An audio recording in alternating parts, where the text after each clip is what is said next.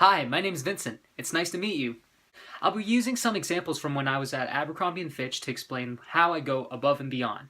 The location of my store was in downtown Manhattan, South Street Seaport. There would be many tourists around that area and they would visit daily. Many of them didn't speak fluent English.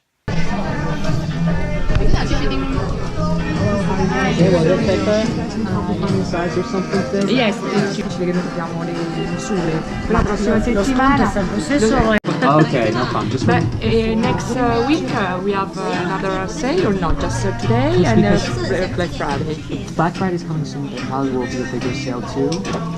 But sizes may run low because so many people are buying. Okay, yeah. Among these tourists, many were Chinese. I myself am bilingual. I am also fluent in Cantonese. So I took advantage of my skill to greet these customers in Chinese.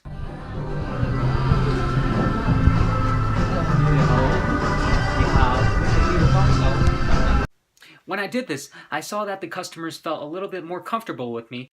This in return saved the customer and the store some time. Now, because of the location of our store, we were almost always busy.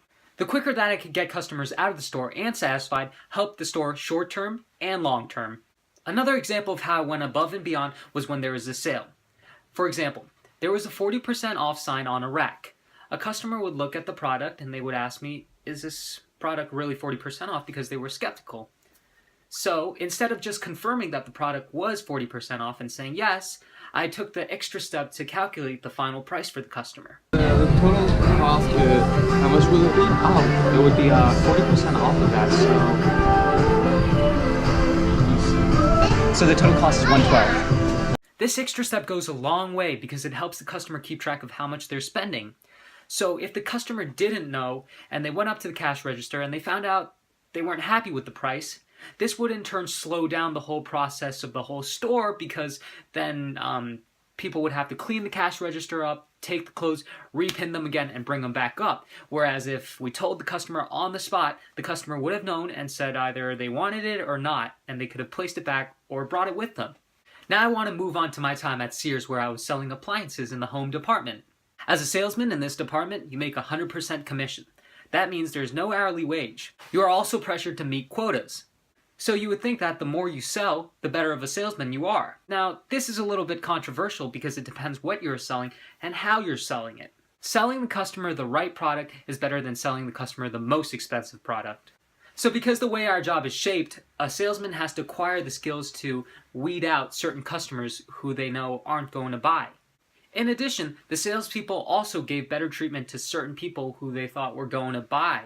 As a salesman, you are somewhat running your own business. You're creating your own brand. And if people like you, they'll spread good word about you. And if they don't like you, they could write reviews and give your store a bad reputation. The way I see it is that customers are like fish in a pond. If you're going to be fishing from the pond, you have to take care of the whole ecosystem to ensure that you'll still have more fish coming today, tomorrow, and the next year. So what I did, unlike other typical salesmen, is I would give fair treatment to everyone. I would give everyone my 100%. For example, a woman came in one day and she was trying to report a problem about her dryer, how she was missing a piece. Now this dryer was about 12 years old, so it had nothing to do with us anymore. At this point, she had to go out and find another piece for her dryer or buy a new one. Now, if I were another salesman, I would probably tell her, well, ma'am, you're going to have to go home and call and do this whole process by yourself. But instead of doing that, I sat down with the woman and I said, well, listen, this is what we're going to do. We're going to call Sears Parts and Services and we'll see what we can do. And I just walked her through the whole process. I did it with her and I comforted her because I understood how frustrated she could be.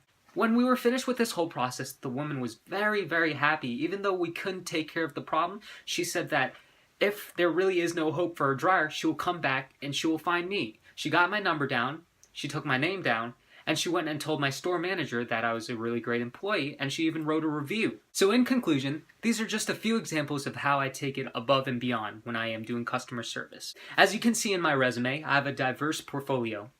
I've interned at a TV station, I've interned in a job where I was working at a cubicle doing advertising, and I've worked at a job where I was just speaking to customers all day in retail. Now I am really looking forward to be part of that team of 10 working for Dow Jones in customer service. I hope to see you all soon, and I hope you enjoyed this video. My name is Vincent, and it was really nice to meet you.